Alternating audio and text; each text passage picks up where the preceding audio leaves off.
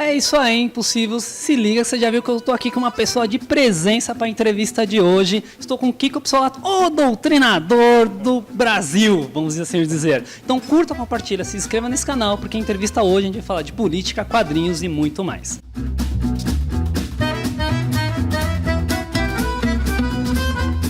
Bom, Kiko, primeiro, muito obrigado por participar aqui do Impulso HQ. Acho que logo a primeira pergunta que acho que todo mundo se questiona é como você teve o primeiro contato com o Doutrinador, o quadrinho? Bom, essa história eu até já comentei por aí. Eu tenho um amigo em comum com o Luciano Cunha, né? Pedro Ivo, que é um quadrinista também, escritor. Eu tinha sofrido um acidente, tinha sido atropelado, estava em casa me recuperando e ele foi me visitar para levar o livro dele de presente. Aliás, muito bom, O Cidadão em Comum, para quem não conhece, recomendo. Com a O2, inclusive, vai virar filme também, história de super-herói. Ele comentou comigo assim, cara, eu tenho um amigo, Luciano Cunha, que tem um quadrinho e vai virar filme. E o personagem é a tua cara. Falou, porra, você tinha que conseguir fazer o teste e tal. Mas para quem não conhece muito esse meio, né, os atores, a gente tá aí, né, sempre na luta atrás de trabalho e você, quando consegue ser chamado para um teste, já é uma vitória. Porque não é sempre que você consegue, por exemplo, quero fazer um teste para emissora tal. Não é só chegar lá e bater na porta, né? Existe todo um caminho e normalmente quando um personagem tem um tamanho como esse, né? Você já imagina que vai ser colocado um ator A, B, com nome e tal, famoso pra caramba, que não é o meu caso, né? Eu já fiz televisão, mas se eu andar na rua, eu ando tranquilo. Fiquei muito feliz de ser chamado pro teste, né? Quando ele falou desse personagem, eu fui, obviamente, atrás, comprei o HQ, li e tal, mas sem imaginar que eu poderia fazer um dia o Doutrinador, né? E aí já me adiantando a uma possível... E aí foram 3 testes presenciais, além de um teste que a gente chama hoje de self-teste, que a gente faz com o celular em casa, que aí já manda para o produtor, ele faz uma triagem inicial até ser escolhido de fato o Doutrinador. E isso é muito interessante porque o cenário do quadrinho nacional é muito vasto, muito rico, tudo.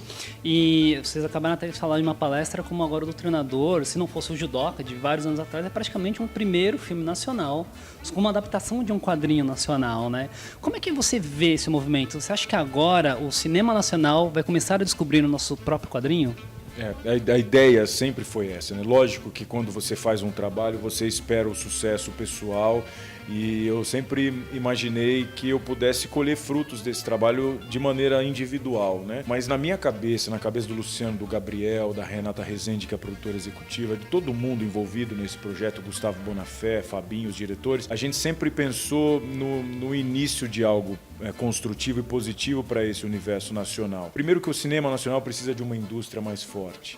A gente tem produtos de muita qualidade, mas em pouca quantidade. E a gente ainda vive com, né, o nosso famoso complexo de vira-lata, que fala que o cinema brasileiro não é legal, que não sei o quê e tal. E a gente tem profissionais trabalhando em Hollywood, desde dublês, atores, diretores, produtores. Nós temos gente que escreve HQ aqui, que desenha para DC, para Marvel. Então o brasileiro ele tem muito talento, mas ele precisa ter aonde colocar isso, né? E aqui no Brasil a gente precisa realmente dessa indústria crescendo forte. Então a gente enxergava o Doutrinador como um projeto pioneiro que talvez pudesse realmente abrir portas, né? E eu acho que isso a gente conseguiu conquistar. Como eu disse, né, do Cidadão em Comum, que é um projeto que já está na mão da O2, a própria Guará, que é o selo do Doutrinador, já tem outros personagens anunciados que vão ser roteirizados para cinema.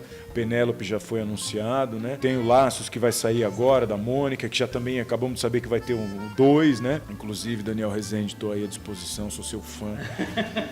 Não precisa nem me pagar cachê, eu sou muito fã realmente. Eu acho que é um universo que tem tudo para crescer realmente e todos os méritos ao Judoca, a gente tem mesmo é que sempre louvar aqueles que vieram primeiro que a gente. E acho que o Doutrinador, de fato, está abrindo um caminho bem bacana. O Doutrinador, né, para quem não leu a HQ tudo, e você também se quiser falar, ele tem uma questão política muito forte, né? Inclusive foi essa a pegada de marketing, né, que deu para sentir, de como ele foi divulgado.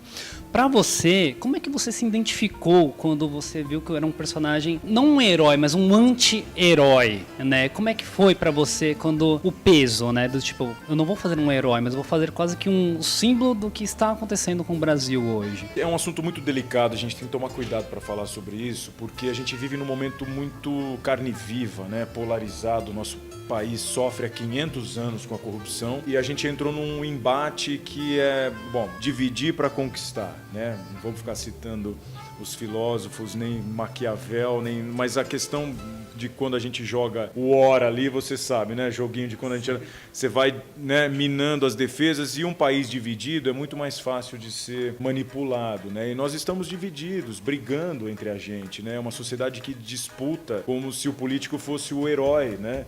Então, uns têm o herói do lado vermelho, outros o herói do lado azul e as pessoas brigam, literalmente, né? Eu conheço pessoas que deixaram de falar com a própria mãe por causa da eleição.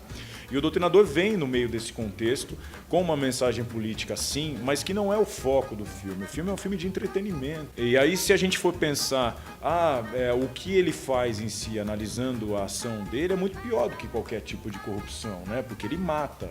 O Miguel é um assassino. Mas pelo fato dele matar os nossos vilões, isso dá um sentimento estranho na pessoa que tá. E o objetivo do filme é provocar mesmo, né? Então, assim, poxa, eu tô torcendo pro cara, mas ele tá matando.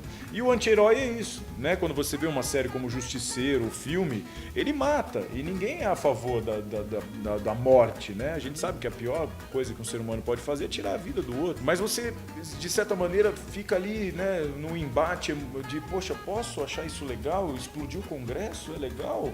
Claro que não, até porque não é a resolução de nada, porque a corrupção é nossa. Então aquela mensagem que muita gente falou, uma mensagem piegas e tal, não precisa no final do filme, é necessária pelo momento que a gente vive. Que a Nina, para quem não sabe, a personagem que é a parceira do Miguel Arraca, e no final ela fala que a corrupção é algo endêmico no Brasil, é presente em cada um de nós. Então não adianta eu matar os políticos, sendo que eu paro em fila dupla, eu uso carteirinha de estudante falsa, eu tenho gato net, eu burlo o sistema sempre que eu posso, freio no radar e acelero depois. Então a corrupção tem que ser eliminada da nossa sociedade para que o político corrupto seja eliminado. Agora, enquanto isso não acontece, por que não ver no cinema e algo que seria, vamos dizer, de certa maneira, pelo menos catártico, né? Que provocasse um alívio em mim, né? Então a arte permite isso, que você veja realizado algo que não é possível na vida, né?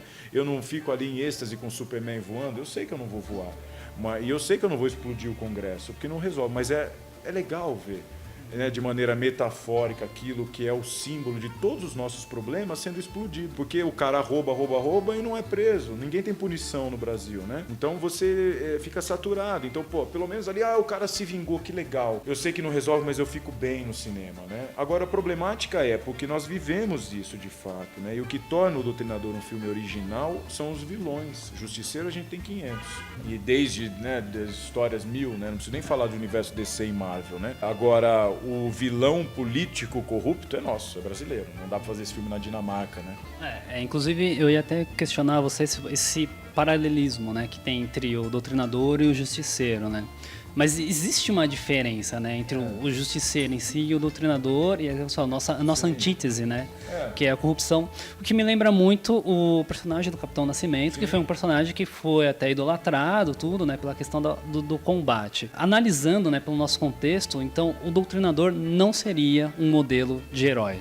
Nem um pouco, né? Em nenhum momento ele é colocado como herói, nem no próprio filme. As ações dele são negadas por todos os outros personagens em volta. Nenhum personagem incentiva o que ele faz, né? O parceiro dele, o Edu, a mulher, todo mundo fala que você tá louco, tá louco, tá louco. Então, quando você me pergunta do como fazer isso, o que sentir, quando eu recebi o convite e eu leio friamente, é uma coisa estranha, vou fazer um cara que mata, político corrupto e tal, mas e aí? Só que o Miguel é motivado por uma loucura, é uma perda emocional muito grande, e aí eu construí esse personagem com a máxima passionalidade possível. Se eu fizesse um cara frio, seco, que vai lá e mata, vira um psicopata, né? E você não torce para esse tipo de personagem.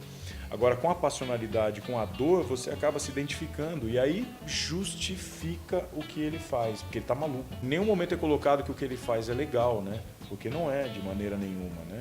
Mas ele não toma partido, né? As pessoas usam hoje a palavra fascista, né? Que tomou um significado e as pessoas mal conhecem o significado real, né? Tem gente que nega a história, né?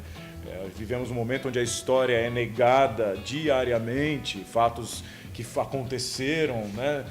dizem que não, eu moro em São Paulo há 20 anos, eu nunca fui assaltado. Aí daqui a 40 anos eu vou dizer, São Paulo não tinha violência na minha época. Não, por quê? Porque eu não vi, mas e os números e tudo que acontece à minha volta, né?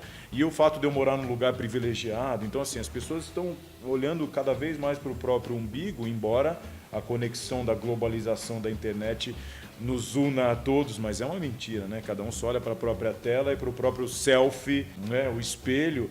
E aí você olhando para o espelho, você se identifica com o filme de um lado ou do outro. Se eu sou favorável ao azul, então o doutrinador é do lado azul e vai matar todos os vermelhos. Ou o contrário, né? E não, ele mata corrupto.